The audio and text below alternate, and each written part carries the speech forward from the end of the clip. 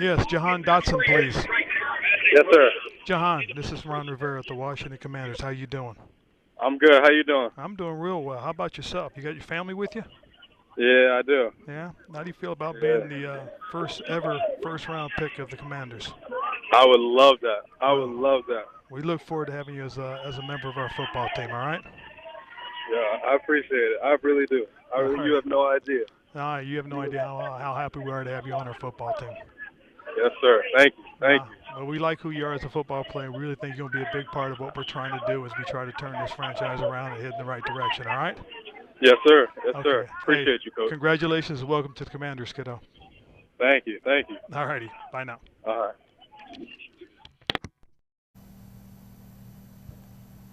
And that was the moment head coach Ron Rivera called Jahan Dotson to let him know that he would be the first ever pick of the Washington Commanders. What a cool, life-changing moment. And that pick was made last night from right there in Las Vegas, Nevada, the site of the 2022 NFL Draft. It is Friday, and that means it is day 2.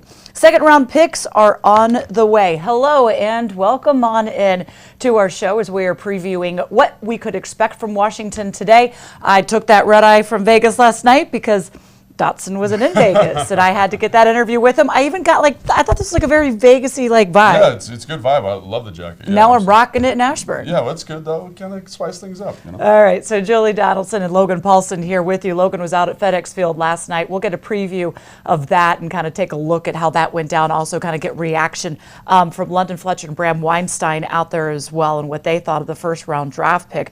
But what is your overall first reaction to kind of like the first round, and now that you know you've probably a little bit more about Dotson and how he might be able to fit in? Yeah, I mean, the first round was crazy. I mean, after, the first probably 10 picks were kind of as expected, kind of right on the money, and then it got in all this kind of crazy trade ground, which is kind of cool to see. And then obviously Washington trading back, I think, was extremely important, right? So everyone looks at this pick and says it's Jahan Dotson by himself. It's not Jahan Dotson by himself. It's Jahan Dotson plus these 2 other players that they're going to draft in the 3rd and 4th rounds. So I think Jahan Dotson by himself is an excellent football player. Love the hands, love the catch radius, love the kind of nuanced route running that he brings, love the fact that he's seen a lot of press coverage in college, love that he's like the competitive element that he brings to the game. But, I think it's him plus these other 2 guys, and I can't think of one player that's worth 3, so I'm really excited to see what Washington does. One of the things that they really liked about him as well as at Penn State, as head coach Ron Rivera said, he was around okay talent, and he made that talent better. Right. He still made plays. He was kind of like a one-man band out there, which goes to show just how great hidden potential he could have and can be as well. Now, here he is, the newest commander, Jahan Dotson, arriving in Ashburn for the very first time. He had a chance to meet with the coach, the staff, take a tour around the facility, get familiar with his new place of business here. He also spent some time with me out of the team's practice bubble, so here's that conversation. Jahan, welcome to Washington. I know we got to talk last night, but now you're here. You've been able to see the facility, meet some of the coaches. How is it settling in for you? Yeah, it's crazy, honestly. A dream come true. Just taking it all in, being here, getting picked last night, flying here today, being with my family. It's honestly amazing, and it's a dream come true. I know you said you were kind of surprised. You weren't sure who was going to select you or where you were going to be selected. What have you learned so far from the coaching staff of what they say of why you were their guy? Yeah, they said they've been looking at me for a while now, and they just kind of wanted to keep it a secret. Didn't want all the teams knowing that they were interested in me, and basically telling me that I'm a versatile receiver who can do a lot of things, who can complement guys who are in the receiver room right now, and someone who can be a vertical threat down the field, and then adding special teams value is always good. Okay, so you're just letting me right into it. Let's get straight into your game then. Yeah. They do line you up inside, outside. Where do you feel more comfortable, though? Yeah. Does it matter? I feel like it doesn't matter to me, to be honest with you. I feel more comfortable being able to go inside and outside. So being able to show my versatility and show the different things that I can do on the football field is something that plays right into my game. Coach Rivera said you have one of the things he loves about you is you have this great catch radius. You're 5'11". Let's just state the obvious. Typically to go up and be able to do that against some other taller DBs is not easy, maybe your height. How do you play bigger than your size? Yeah, just kind of having it's more of a mentality thing, kind of having that dog mentality. I've been the youngest of 8 cousins, so pretty much growing up, getting bullied and picked on, it kind of raised me to be the man I am today, and just overcome my fears and overcome challenges in my life. So being able to do those things, I looked at tall task as just things that I want to accomplish. I know you haven't had much time, but then have you been able to go and thank all your cousins, say, hey, this is for you picking on me when I was 3 years old. Look now, right? Literally. They were all there last night, so I feel like I kind of got the last laugh a little bit, but it's been pretty cool. You know, we normally always see you with a football in hands. In fact, I was anticipating here, but as he walks up, you toss it over to your best friend that's here with you as well. It's great to be surrounded by good people. Why is that? The football? Yeah, the football. Honestly, it feels like it's like a little piece of me that like always feels like home. Wherever I bring it, no matter what, it's something that I can just resort back to, and it's kind of just a way for me to just get away. I can kind of be by myself, just chilling, and I can be throwing the ball up in the air. It kind of feels like I'm just getting away from everything. We've seen some pretty athletic one-handed grabs as well. Is there anything or psychology or science to you always having the ball in your hand that maybe helps you be able to do that in the game? Yeah, there's definitely probably some type of study that me always having a football in my hands has helped me with being able to make those crazy acrobatic catches. But I would honestly say most of it is just God-given ability. Just thanking the man above for kind of blessing me and touching me. So just thanking him and being able to do these things is a dream come true.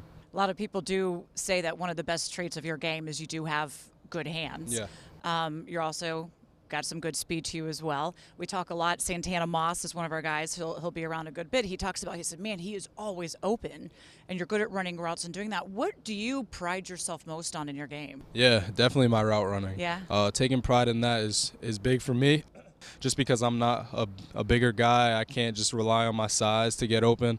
So making sure that I'm precise in the little details of route running, it's huge for me, and it's going to be able to make me create separation against guys who are just as good as me and have just as much athleticism as me. So taking pride in those little details of route running is really big. You know, I asked him last night because you said that you kind of enjoy kind of manipulating your defenders a little bit, and I asked him, I said, what does that mean? What goes into that? And he says it means he's a smart kid, first off, right? Because you're able to know how they're playing you on certain reads and certain things to be able to change it up a little bit. Yep. You're also one of the best when it comes to the 96th percentile when playing in the zone. Mm-hmm. You don't have time to see that. You have to be able to recognize it when you're on the run. Right. Where do these smarts come from? Yeah, I would definitely say my experience at Penn State. Coming from a small high school, you don't see big-time football. You're kind of out there just kind of free-for-all, just playing and kind of letting your natural abilities take over. But once I got to Penn State, as you know, when you move up the ranks, you kind of get guys who are just as good as you, get just as athletic as you, and you got to find a little advantage. And the film room was big for me. Getting in there with Sean Clifford, a guy who I got to play 3 years with as my quarterback, and just seeing the things that he sees. He's a very intelligent football player. So just learning from him, learning how to watch film, and learning the nuances of defenses and what they're trying to do to you, it helps me manipulate my defender. Everybody kind of wants to also be able to find a way to identify of who you will be as a player. So they go to kind of former guys, right? Yeah. We've heard Coach Ron Rivera say you remind him a little bit of Deshaun Jackson, and that of it too is kind of playing bigger than your size. Yep. Of Steve Smith when he was with Carolina. We've heard Tyler Lockett. People even here are saying, Terry McLaurin, and that's just kind of a lot of it too. I think is how you're carrying yourself. Yep. And Terry's kind of that guy that's kind of like nitty gritty as well. Like he goes up and he prides himself on those 50-50 balls. Who do you model your game after, or what do you think when you hear those names, knowing the success that they've had? Yeah, it's definitely pretty cool to hear the names that I'm mentioned with, especially Terry McLaurin. Talking to a lot of people in the building, and just noticing how I'm picturing in my head Terry McLaurin is. I can't wait to meet him. It's honestly like this was kind of meant to be a little bit. He's kind of a guy who goes about his work, quiet guy who goes about his work, and I'm the exact same way. So just honestly can't wait to meet him, can't wait to learn from him and take this on. He's beloved here, so you're going to fit right in line with the burgundy and gold and what you're going to contribute to on the field. What do people need to know about you off the field, though? Yeah, I'm a quiet kid, laid-back kid who just likes having fun. Honestly, really easygoing, loves to play video games. Yeah, just can't wait to. I'm excited for this moment, so can't wait to get in the community and really just be a part of it.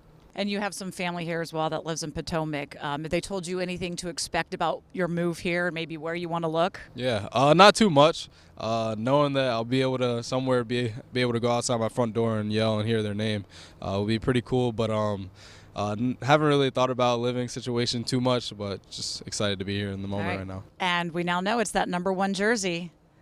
That's a bold move, man. That's a bold move. That's a bold move, and I honestly can't wait for it. Feeling like it was a perfect opportunity, the first pick ever for the Commanders, and just being able to wear that #1 jersey is going to be pretty cool. Welcome. Glad to have you here. And let me just finish with this. Doug Williams picked you up on the flight. Yep. There is so much rich history with this franchise. You are now a part of that history and a new chapter, being that first Commander drafted. Yep.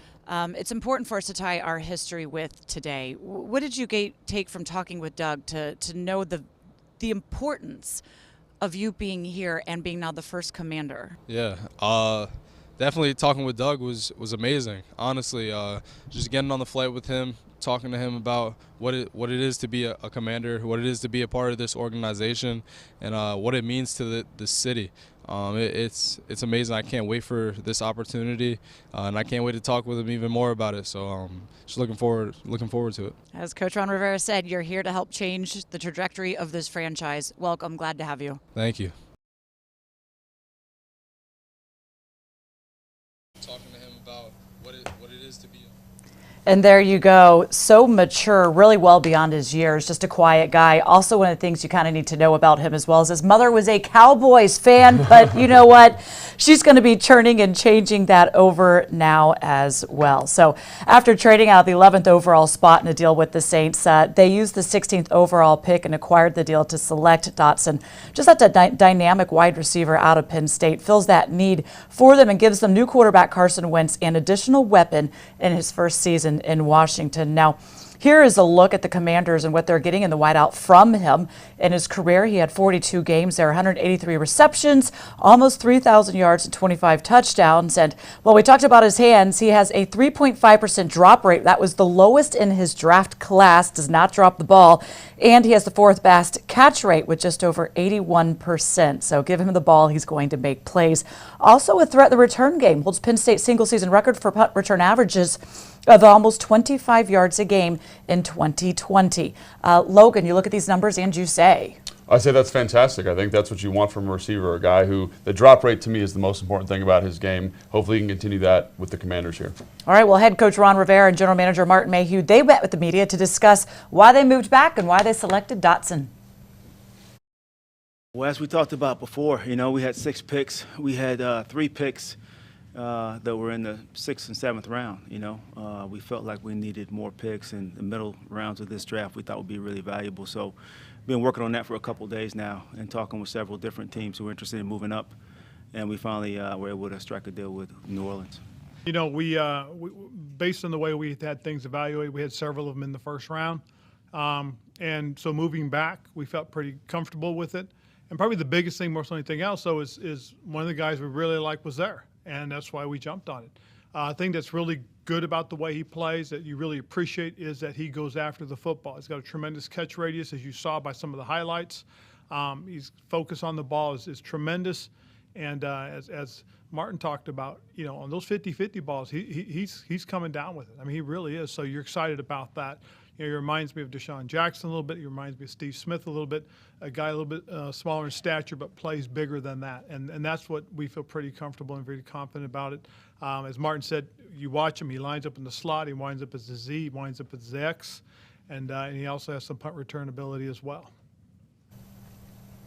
Let me ask you about the selection of him, because many people, there is a class where you saw a lot of wideouts going early on in the first round. And at 11, it was the Saints that took Chris Olave out of Ohio State, where many people were kind of thinking, one of the Ohio State Buckeyes would have been a good fit here. There's some other wideouts.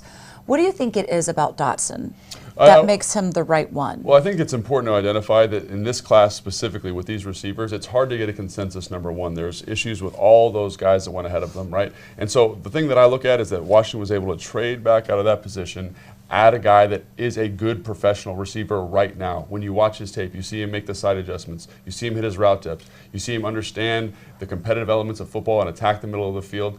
Those are important things. He's going to come in and be able to start day one. This offense is not going to be too big for him. And there's some questions about those other players and their games, and I don't think he has those same questions. Does he have the same upside? Maybe not, but I don't really care about that because we're adding 2 other excellent football players today and tomorrow in the draft because of that trade, and I think that's going to just make the football team so much better. It was something that was a goal of theirs, and you heard Martin Mayhew going into it as well, saying, they kind of like saying, hello, we're Right. open for the potential to move back should somebody want our spot, which Olave was taken right there at 11. Dotson it is. So what's next? Here we go. We now have a 2nd-round pick, a 3rd-round pick, and a 4th-round pick. What do you want to see them target in the next pick coming up? Yeah, which is a big sigh of relief for me because you're looking at the 2nd pick, and without that, without that 3rd-round pick, you kind of say it has to be a home run hit, right? Has to knock it out of the park. It almost like is another 1st-round pick. But now you've got some more draft capital. You can make different decisions. And for me, I think you want to kind of identify that Buffalo nickel role now. You pass on Hamilton at 11. Let's fill some people there. Ron said something interesting in his presser the other day. He said, doesn't need to be a safety, it can be linebacker. There are some people at that linebacker position that are fast, twitched up, can maybe play in space to get you excited about it. They'll be there in the 2nd when they pick at 47. I think that'd be a nice thing to look at today. 1 pick down, and tonight we will have a few more coming up as well. So it's exciting to be able to see how this roster will shape out and how you can kind of address the needs and where the team decides to go, depending on who's available when they come. That's the whole thing of the draft. It moves quickly, right? So while I was in Vegas before my red-eye flight back, you were out at a really cool event at FedEx Field, and this was the scene at our draft party. Hopefully fans were there. If not, make sure when we have these events, you do show up. They were hitting the stadium, had a lot of fun watching the Commanders make their 1st-round pick. Now the newest member of our broadcast team, former Washington captain London Fletcher, and my play-by-play partner Bram Weinstein, they were at the party, and here is what they thought of the 1st round. All right, back here at FedEx Field, we got a big cheer when they were showing one-handed catches of Jahan Dotson for Penn State, the pick at 16 after Washington traded down with London Fletcher on Bram Whiteside. Okay, are you surprised, number one, that they traded down? Not surprised when you think about Drake London was already off the board.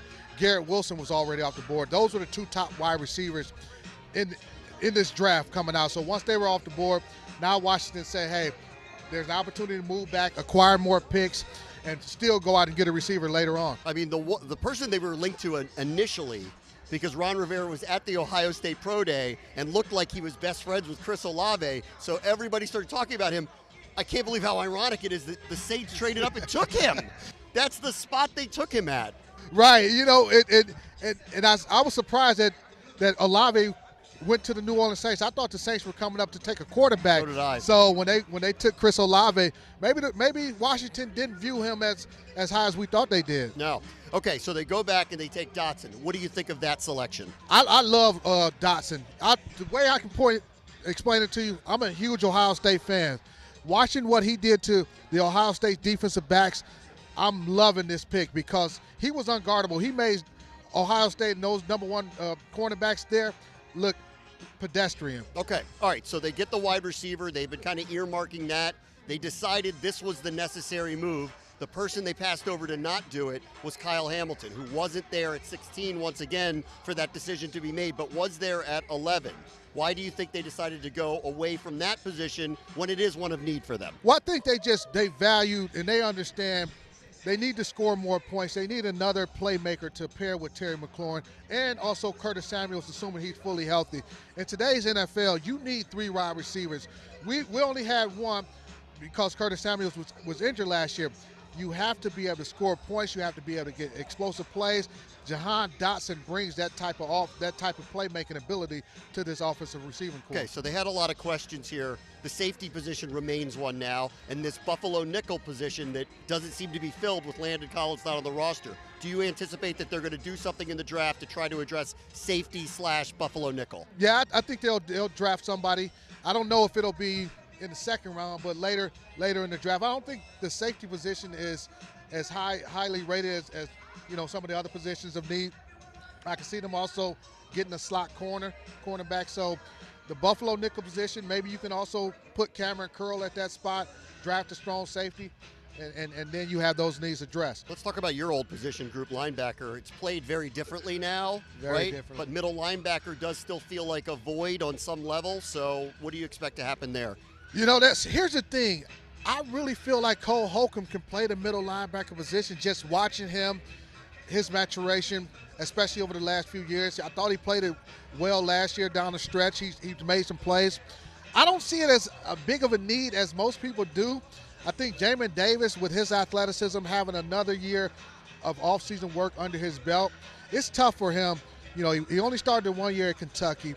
He's a rookie coming in, being asked to play the most difficult position on the defense, the middle linebacker position. You got to call the plays, get everybody lined up, and still go out there and do your job. That's extremely difficult for a rookie to do. It would have surprised me if they end up drafting a linebacker. No. But in today's NFL, you're only playing 2 linebackers most of the time anyway because you're defending so many 3 wide receiver sets. You know, a lot of difference in 1 year can be made. Think about the depth that they had on the defensive line and on the offensive line and how different those position groups feel right now with Tim Settle not here, Matt Ioannidis not here, and Deron Payne entering the last year of his contract. Interior defensive line suddenly looks like something they might address as well. Yeah, that's a position of need. They're gonna have to draft a defensive tackle because Payne, they didn't exercise his options, so you have to assume he's gonna hit free agency next year. You mentioned losing Tim Settle, Matt Ioannidis no longer on the team. You rotate those defensive lines. You want to have fresh bodies in there. I'm almost certain they're going to draft a defensive tackle at some point in this draft. How about offensive line? Brandon Sheriff is now gone. This is not as deep a unit as it was. Do you anticipate something potentially interior O-line to be addressed? Yeah, absolutely. You can never have enough offensive linemen. You draft a guy who can play guard, center, a guy who swing type of guard. Also possibly look to get a little bit younger at the tackle position. You need those bodies. So defensive line and offensive line, those positions will be addressed. I know we're not surprised they didn't take a quarterback. Nobody did up to the point, but we expected them not to take a quarterback at this point. But Ron Rivera has talked openly about getting a developmental quarterback. Being that none of these top-tier quarterbacks went particularly high, there might be some enticing names in the second round. I don't know if they go that direction, but do you think they get enticed to find the developmental quarterback in a high spot in the draft? You know, you bring up an interesting point. Say in the second round, there's a quarterback that you had possibly a late first round grade on. Desmond Ridder, Matt Corral. Yeah, one of those guys are there for you. Hey, they might Kenny Pickett may fall to him.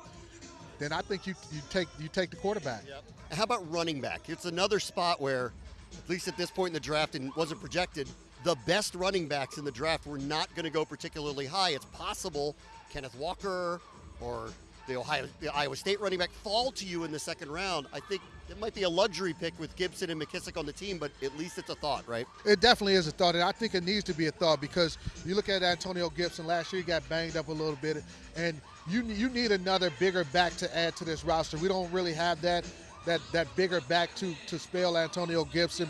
We got J.D. McKissick who, catches. He's more of a third down back. Jared Payton, smaller back. I would love to see them add a running back with some size. All right. I can't wait for the booth this fall. It's going to be fun. Me, you, Julie, it's going to be great. Oh, it's going to be awesome. I know. We're going to have a great time. First year under the Commander's name. Got you in the booth. Get you up in the Hall of Fame soon. Yes. We're ready to go. I love it. Let's do it all. Let's do it. All right, that'll do it here from FedEx Field. Send it back out to Vegas. Makes me so excited. I'm ready for the season to be here already, but not quite yet, but love having London joining us as well. Okay, so here's a look at the Commanders' 7 remaining draft picks. They have 2 tonight in the second at 47th overall, of which Chase Young and Santana Moss will be calling and naming out there from Vegas. Third round, 98th overall, which is what they got from the Saints by getting Dotson. And then 5 picks on Saturday, 2 in the 4th, 1 in the 6th, and 2 in the 7th. Now, making our second round pick on the stage in Vegas. Yep, it is. It's going to be Tana Man, and I chatted with him about what that moment's going to mean before I left Vegas. Santana, when they have a legend, as they call it, come back and make the second round pick, your name, you're the guy that we're sending up there. We're going to have Chase Young with you as well. Yeah. What is that moment like, and what does it mean to you to kind of represent the burgundy and gold as our legend? I mean, you said the word right, represent, and that's something that I do with pride. I remember the draft situation with me. The week leading up to draft day, I got nothing but calls from Washington. Everyone thought I was coming here, and I told him, look, I'm one of those guys. Show me. I'm not from Missouri, but you got to show me. And I'm glad I took that approach because it didn't go that way. I ended up in New York, and I think Washington picked Raw Gardner right before me. But with all that being said, this was my destiny. Some kind of way I came here. I found my way back. And I remember Dan telling me for so many years, when I got here, he said he came after me every year. So fast forward to this day, now I'm getting a chance to represent this team, this organization, and being one of the legends to call out the second round pick. When I got the call to say, hey, we want you to do it, I was like, me, I don't like the camera as much. I do it because I do it and I love doing it, but I don't like to be up there if I don't need to be up there. And I kind of said, let me think about it. But then I said, you know what, this is a chance in a lifetime, and to get the opportunity to do this, to represent our organization, I couldn't turn it down. And so much about us going through this process of going from you being a Redskin to the Washington football team, which Chase Young was drafted under, and to now the Commanders as we're going through this. Chase didn't have that opportunity. What conversations have you kind of had with him on what it's going to be like for him to be out here to experience this and to be on the stage with you as we are connecting, our yesterday, our history with our future now? Well, it was last night was a surprise. I was out with a couple of friends of mine, and Chase saw me, and he came up to me. And I'm like, you ready? We got to do the thing. He's like, yeah, I'm ready. I'm good. So, we haven't really talked much about it, but I know tomorrow we're probably going to talk briefly, and just knowing how you guys have me for so many years, being prompt, being ready, knowing what we're going to do. We're probably going to go over something. I'm one of those guys. I'm structured. So I have to have something in place for me to make sure that, hey, whether you're going to say whatever you're going to say first or me, vice versa, I want to make sure that we have it in line so we know what we got to do. Because everybody's going to be watching again. The second round pick coming up with Santana and Chase Young. Excited for that pick and to see them. I'm going to wait and see how they script this out. You think they script it out like he asks? Yeah, we'll see, man. Yeah, okay. The best ones are the guys that just kind of go for it. Yeah, I have a feeling Chase is just going to go for it. And Tana's like, no, what are we doing? Okay, so let's take a look at the best available players heading into the second round. According to you, Logan, here you go. You got your guys on the screen. Yeah, so Nakobe Dean, linebacker from Georgia, kind of undersized guy. A lot of people had first-round grades on him, and I really like him. I thought he was going to be kind of end of the first round, so for him to be available potentially for the Commanders at 47 is kind of interesting. Malik Willis, obviously everyone knows the tremendous upside that he has, the physical tools, very raw. Don't love the fit for Washington necessarily, but a very valuable player. Bernard Ryman, probably the best offensive lineman available. There are some red flags. 25 years old, but he's only been playing for football for 2 years, Julie, so obviously tremendous upside there. Breece Hall, best running back in the class, would be kind of a luxury pick for this team, like Bram said in his interview with London. But again, love the vision, love the physicality he plays with. And then Jalen Petrie, maybe my favorite safety in the class. He plays corner, he plays nickel, he plays linebacker, he plays post safety, he plays on the line of scrimmage. He does it all. He's a football playing Johnny. Love that about him. One of the other things, too, that I don't think you had up there was an offensive lineman. Well, Bernard Ryman is an offensive lineman. He's a tackle, right? So in that situation, I'm glad you made that observation, Julie. No interior offensive lineman for the Washington football team. What I would think would happen would be potentially draft a guy to play right, and then Cosme, because he's such a dynamic. He played guard in college. You can put him in at guard maybe kind of for a year or two. Ryman can bump to left when Leno retires, something like that. You have to play some musical chairs, but I think it's possible. Do you see it being more offense in the second round or defense probably first? I'm thinking defense. Yeah. I just feel like there's a big need there at that Buffalo nickel spot, and I'd like to see them get that field because they relied on it so much last year. But I would not be surprised if Ryman's there at 47. I don't think he will be, and the value for him and the grade they have on him is just so high that they have to go in that direction. Yep. There's a lot of talk coming into this as well. These are the rounds where you're going to be able to get some really good talent that everybody's kind of excited for.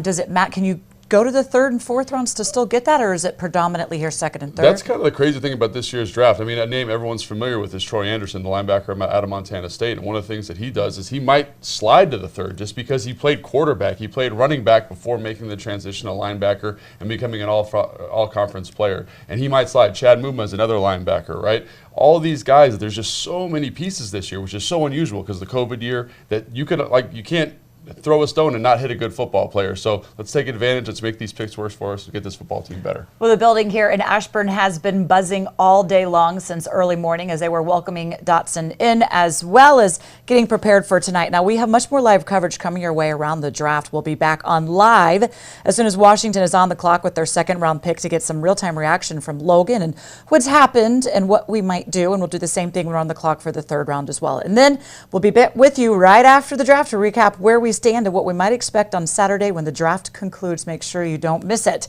Now, some really exciting news, because as we're going into this new era, Monday, May 9th, Washington Football Today officially becomes Command Center.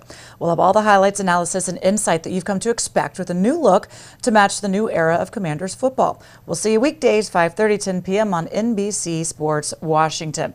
All right, folks, thanks for joining us here. It is time now to kick off round 2, day 2 of the draft. Now that we know that they added offense with the wide receiver with their first pick, what will they do now? Tonight, stay with us, and thanks for joining.